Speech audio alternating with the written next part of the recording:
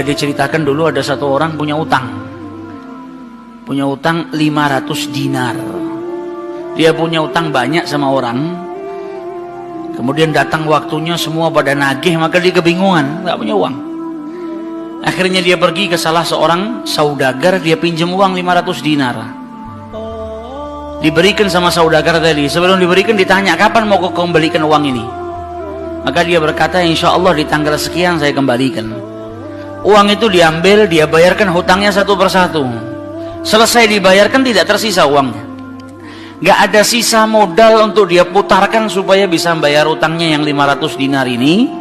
Karena apa? Memang dia pinjam sesuai dengan kadar hutangnya. Sampai ketika datang waktu jatuh tempo, yang punya uang datang ke rumahnya nagih, mana uang 500 dinar yang kau pinjam?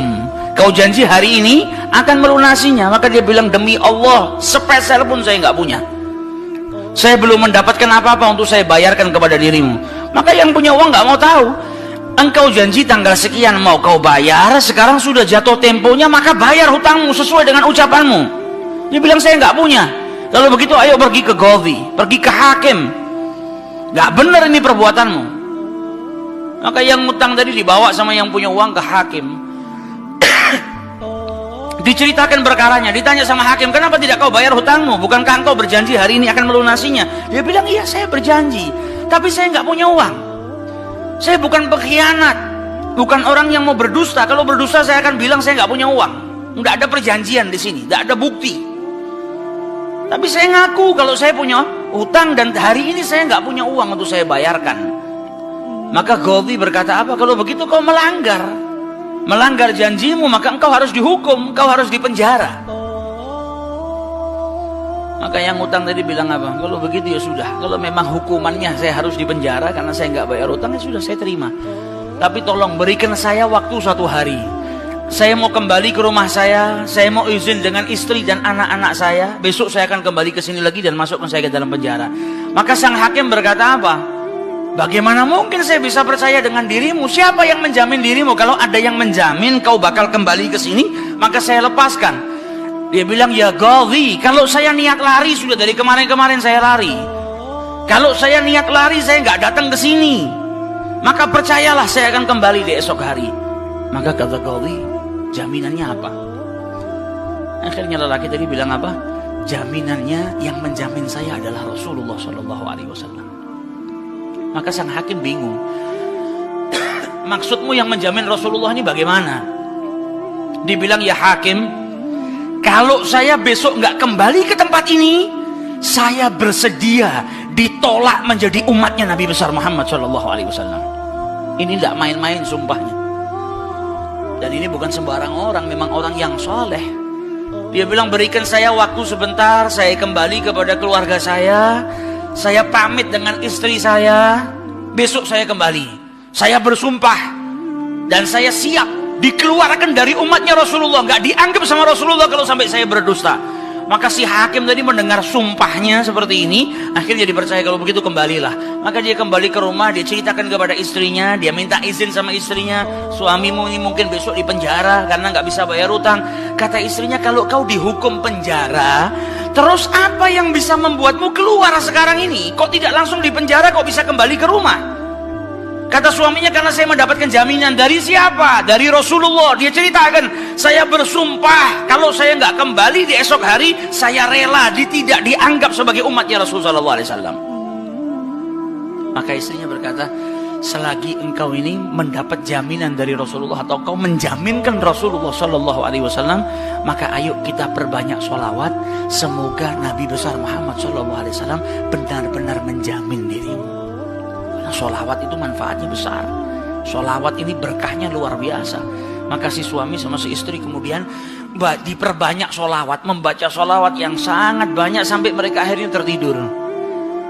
Yang laki yang punya utang tadi ketika tidur mimpi berjumpa dengan Rasulullah SAW. Dan Nabi dalam hadisnya telah bersabda, man ra'ani fakat ra'ani haqqa. Siapa yang mimpi berjumpa dengan diriku, maka sesungguhnya itu aku. Karena syaitan gak bisa menyerupai Nabi besar Muhammad SAW. Dan orang yang dalam hatinya ada mahabbah, orang yang rindu, orang yang membersihkan dirinya, orang yang memang benar-benar ingin berjumpa dengan Rasulullah SAW, akan diperjumpakan oleh Allah Subhanahu Wa Taala dalam mimpinya ataupun dalam keadaan yaqdzatan. Karena Nabi pun menjelaskan ada orang-orang yang bisa melihat Rasulullah SAW dalam keadaan sadar. Sebagaimana dulu diriwayatkan ada seorang santri kepingin ketemu sama Rasulullah, pingin mimpi. Tanya sama gurunya, sama kiainya, ajarkan kepadaku caranya mimpi ketemu Rasulullah itu bagaimana. Kata kiainya, apa? Gampang. Nanti malam kau makan ikan asin yang banyak, setelah makan jangan minum, kau tidur. Maka dia bingung, apa hubungannya ikan asin dengan mimpi ketemu Rasulullah? Praktekkan.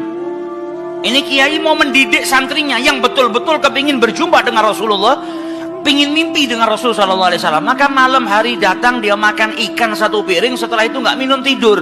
Bangun tidur, dia pergi ke gurunya, marah, mana saya nggak ngimpi ketemu Rasulullah. Kata gurunya, apa yang kau impikan? Kau mimpi ngelihat apa? Kata santri tadi, saya mimpi ngelihat laut, ngelihat sungai, ngelihat hujan, ngelihat air terjun. Kata gurunya, karena sebelum tidur yang kau rindukan adalah air. Kau makan ikan asin sehingga kau kehausan. Yang kau rindukan dan kau dambakan air. Maka apa yang kau rindukan dan apa yang kau dambakan datang dalam mimpi. Coba setiap kali kau tidur kau rindu dengan Rasulullah. Coba setiap kali kau tidur kau ingin sekali dan minta sama Allah Subhanahu Wa Taala agar diperjumpakan dengan Rasul Sallallahu Alaihi Wasallam. Maka kau akan diperjumpakan dengan Nabi besar Muhammad Sallallahu Alaihi Wasallam. Nah, ini yang diajarkan sama para ulama. Ini yang punya utang tadi mimpi ketemu Rasulullah Sallallahu Alaihi Wasallam. Dalam mimpinya apa kata Rasulullah? Kau jangan takut, jangan gelisah. Orang yang mahabbah, baca sholawatnya bukan sekedar baca, tapi baca dari lubuk hatinya, baca dengan penuh kecintaan. Mimpi berjumpa dengan Rasulullah dan berkahnya sholawat tadi bisa menyelamatkan orang, hajat-hajatnya bisa dikabulkan, dapat pertolongan dari Allah Subhanahu Wa Taala. Maka dalam mimpinya Rasulullah bilang apa? Besok pagi kau pergi, idhab ilal wali, pergi ke gubernur di tempatmu itu. Bilang sama gubernur tadi, Rasulullah mengucapkan salam kepadamu. Dan sampaikan kepada si gubernur, kalau setiap hari dia bersolawat kepada Rasulullah sebanyak 1000 kali, itu solawatnya sampai kepada Nabi Muhammad. Dan sampaikan kepada si gubernur, tadi malam dia itu kebingungan, baca solawat sudah 1000 atau belum. Ada salah dalam menghitung, sehingga dia itu gelisah, saya sudah 1000 atau belum. Maka sampaikan kepada gubernur itu, bahwasanya solawatnya sudah sampai 1000, jadi dia nggak perlu gelisah. Bangun dari tidur, dia mau kembali ke Gaudi, tapi sebelumnya dia pergi ke wali, pergi ke gubernur tadi. Sampai di rumahnya gubernur, dia sampaikan, wahai wali, wahai gubernur, Rasulullah menitipkan salam kepadamu. Kaget dia.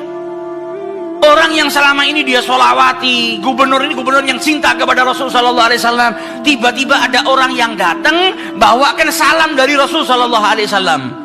Nabi Muhammad berkata kepadamu, wahai gubernur, solawatmu yang kau baca 1000 kali setiap hari sampai kepada Rasulullah. Dan tadi malam ketika engkau kebingungan solawatmu itu sudah 1000 atau belum, ternyata sudah 1000. Nabi ngabarkan kau jangan takut, jangan gelisah, karena solawatmu seperti biasa, istiqomah kau baca, jumlahnya sudah 1000. Dan Nabi Muhammad minta engkau bantu diri saya untuk melunasi hutang. Maka saking gembiranya dapat salam dari Rasulullah, dapat kabar kalau solawatnya yang selama ini dia baca sampai kepada Rasul Sallallahu Alaihi Wasallam. Ditanya utangmu berapa? 500 dinar. Diambilkan 500 dinar dari Baitul Mal. Setelah itu diambilkan lagi 2500 dinar dari uang pribadinya. Ini hadiah buat dirimu karena kau datang bawa kabar gembira kepadaku, yaitu Rasulullah Sallallahu Alaihi Wasallam mengucapkan salam kepadaku. Mahabbah. Kita belum tentu, kalau mungkin andai ada orang yang mimpi berjumpa dengan Rasulullah, kemudian Nabi mengucapkan salam kepada kita, belum tentu kita bahagia sampai bisa mengeluarkan harta seperti itu. Tapi orang-orang yang mahabbah, kecintaannya sama Rasulullah luar biasa. Maka dia pulang dari rumahnya si gubernur tadi bawa uang 3000 dinar. Utangnya cuma 500 dinar. Berkat sholawat dia bisa melunasi hutangnya. Maka dia pergi ke rumah qadhi, sebagaimana janjinya dia akan kembali.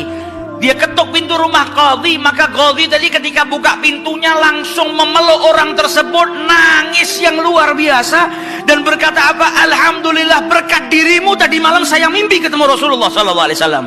Kata Rasulullah apa? Kalau engkau membantu orang yang punya utang itu untuk melunasi hutangnya, maka aku akan membantumu kelak di hari kiamat. Diambilkan uang 500 dinar, diberikan kepada orang tersebut. Sampai Ghadhinya pun diimpiin sama Rasulullah SAW. Keluar dari rumahnya Ghadhi bawa uang berapa? 3.500 dinar. Dia pergi ke tempat orang yang dia utangi mau bayar utangnya.